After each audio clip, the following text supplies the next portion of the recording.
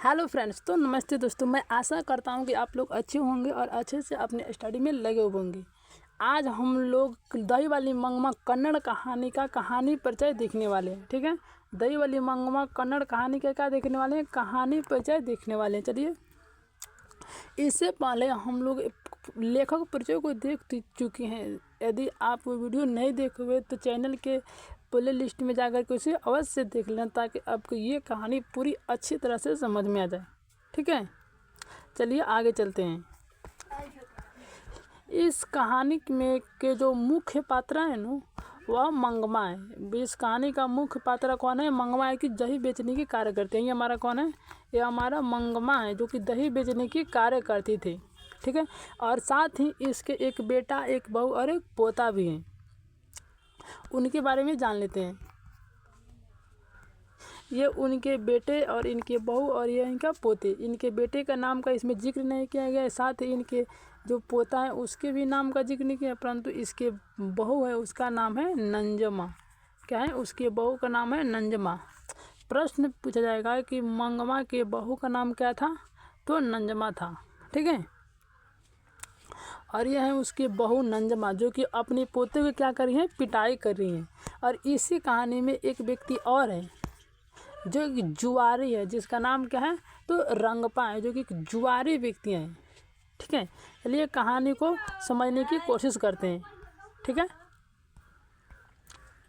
यह कहानी एक विधवा औरत मंगमा की, जो कि दही बेचने की कार्य करती थी। प्रश्न पूछा जाए कि मंगमा क्या बेचती थी, तो मंगमा दही बेचती थी। ठीक है, वह दही बेचने के लिए अपने घर से 3 मील दूर बेंगलुरु शहर में दही बेचने के लिए जाती थी। प्रश्न पूछा जाए कि मंगमा दही बेचने कहाँ जाती थी, तो बेंगलुरु जाती थी। बेंगलुरु जाती थी। हम लोग टॉपिक बाय टॉपिक करके आगे पढ़ेंगे, परंतु यहाँ कहानी को समझने की प्रयास करते हैं। ठीक है, बेंगलुरु शहर दही बेचने के लिए जाती थी। जो मंगमा का गांव था, कहाँ था, तो औलूरू के पास। औलूरू किसी गांव का नाम है। औलूरू के पास के गांव वेंकटपुर में था। वेंकटपुर था। मंगमा का गांव औलूर के पास वेंकटपुर था। प्रश्न पूछा जाएगा कि मंगमा के गांव का नाम क्या था, तो वेंकटपुर था। मंगमा के गांव का नाम क्या था, तो वेंकटपुर था। ठीक है, जब हम लोग प्रश्न बनाएंगे तो हम लोग को सभी ऑब्जेक्टिव को क्या करके, तो वहाँ पर हमको कब्जा कर लेंगे, यानी कि पूरे क्लियर कर लेंगे। ठीक है, और आगे चलते हैं। जब एक दिन मंगमा दही बेचकर घर आती है तो देखती है कि उसकी बहू नंजमा उसकी पोते की पिटाई कर रही है। तभी नंजमा बोली, क्यों रे राक्षसी, बच्चों को मार डालेगी क्या?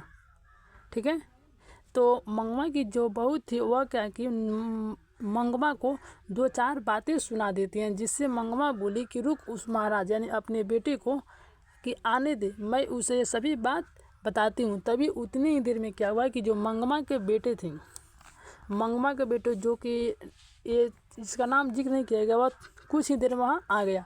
ठीक है, तो मंगमा अपने बेटे से बोली कि देख ले, ये तेरी पत्नी की ये बच्चे को मार रही हैं क्या? मासूम बच्चे को मारना अच्छी बात है? तो उसके बेटे ने बोला, क्या माँ, तुम भी थोड़ी थोड़ी बात को लेकर के चिंतित हो जाती हो? ठीक है, तो मंगमा बोली, क्या मैं पागल हूँ? ठीक है, तो उसके जो बेटे थे ना, उसके बेटे ने बोला कि तुम दोनों की झगड़ा है, तुम दोनों जानो, मैं क्या जानूँ, और उसने कहकर कितना चला गया। ठीक है, इतने में मंगवा अपनी दही की मटका ली और पुनः दही बेचने के लिए शहर चली गई, बेंगलुरु शहर। ठीक है, जब मंगमा शाम को दही बेच करके घर आती तो देखती हैं कि उनके बर्तन अलग कर दिए थे और अपने खुद पति पत्नी खाना बना करके क्या थे, बैठे हुए थे। ठीक है, तो मंगमा घर आए और थोड़ा सा हट्टू बना करके खाया, पुनः सो गई। जब अगले दिन मंगमा दही बेचने के लिए बेंगलुरु शहर जा रही थी तो उसी रास्ते में एक कुआं था, जिसका नाम क्या था, अमराई का कुआं। ठीक है, अमराई का कुआं था।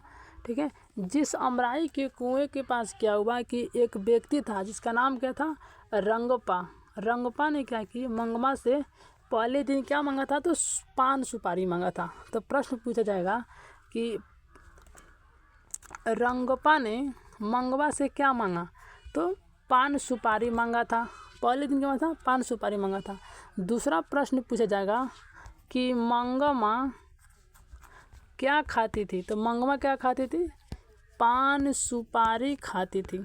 ठीक है, क्या खाती थी? तो पान सुपारी खाती थी।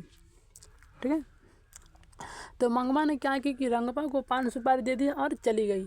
फिर अगले दिन फिर पुनः जो रंगप्पा था ना, उसी अमराई के कुआं के पास मिला। तो रंगप्पा ने क्या बोला कि मंगमा से कि मंगमा तुम मुझे कुछ रुपये कर्ज दे दो, फिर मैं पुनः अगले दिन या अगले सप्ताह लौटा दूंगा।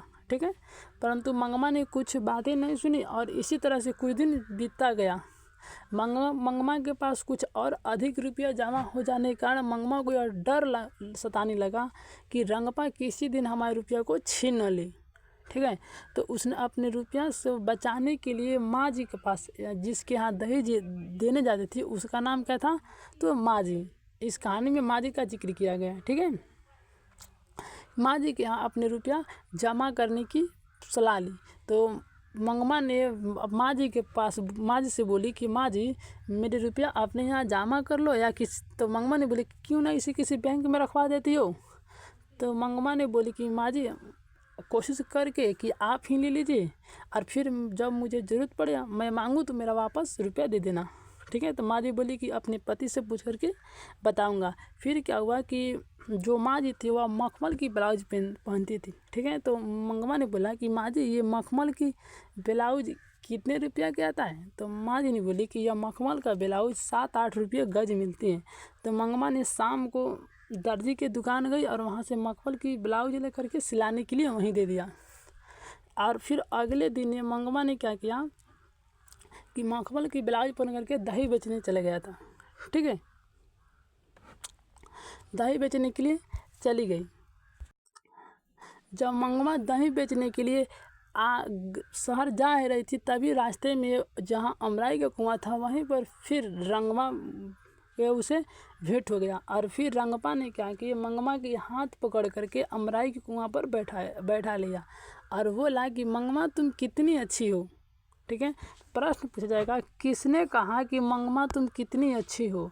मंगमा तुम कितनी अच्छी हो, तो यह बात किसने कहा था? तो रंगप्पा ने कहा था।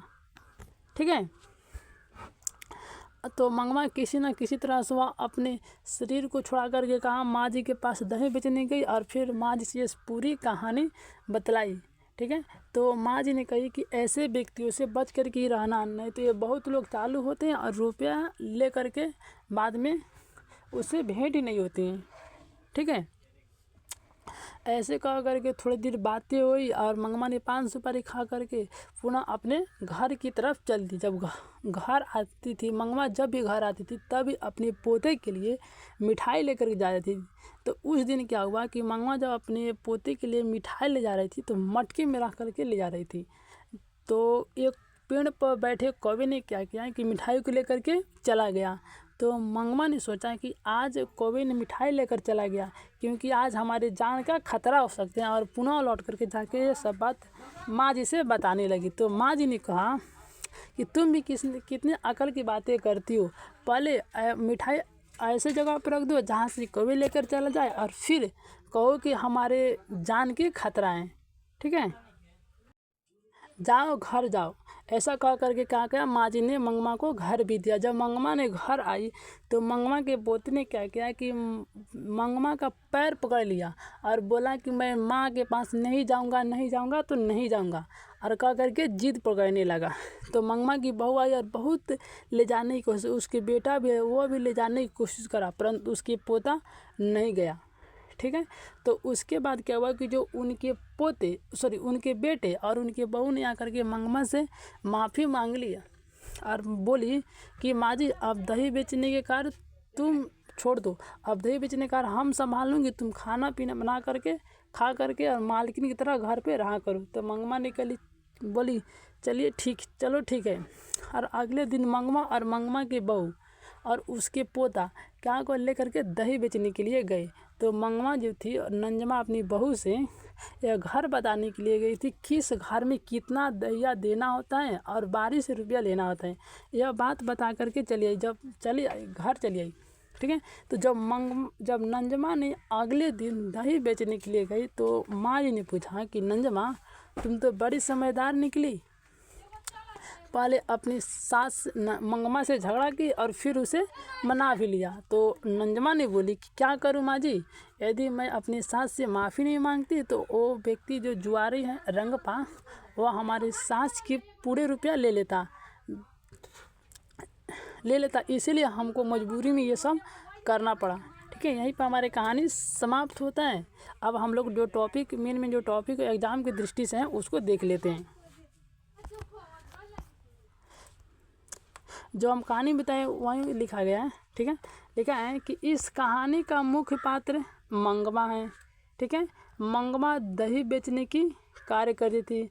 मंगमा बारी से दही दिया करती थी। बारी से दही देने का मतलब हुआ कि पूरे महीने रुपया देना और महीने के किसी एक दही देना और महीने के किसी एक दिन रुपया लेना बारी कहलाता है।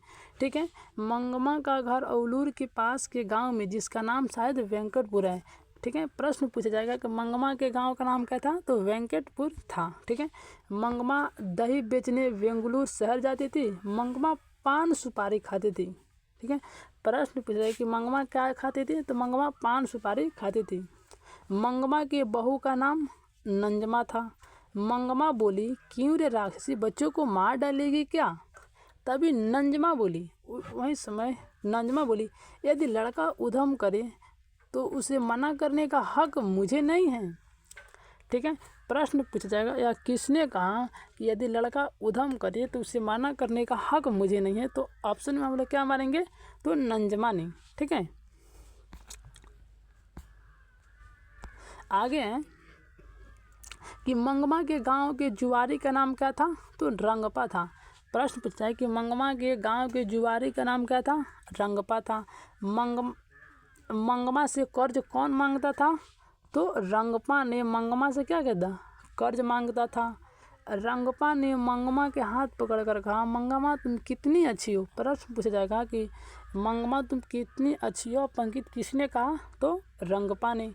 रास्ते में अमराई का कुआं था। हम लोग कहानी में इससे पहले भी पढ़ चुके हैं। ठीक है, मंगमा के ब्लाउज की कीमत 7-8 रुपये थी। यदि 7-8 रुपये ऑप्शन में नहीं रहे तो हम लोग को 8 रुपया मारना होता है। ठीक है, मंगमा अपने पोते के लिए मिठाई ले जा रही थी। मंगमा अपने पोते को लेकर 3 मील दूर शहर दही बेचने जाती थी। अब मंगमा जो थी अपने पोते को लेकर कितने मील, तो 3 मील दूर दही बेचने के लिए बेंगलुरु शहर जाती थी। उस घर में अब स्वतंत्रता की होड़ लगी है।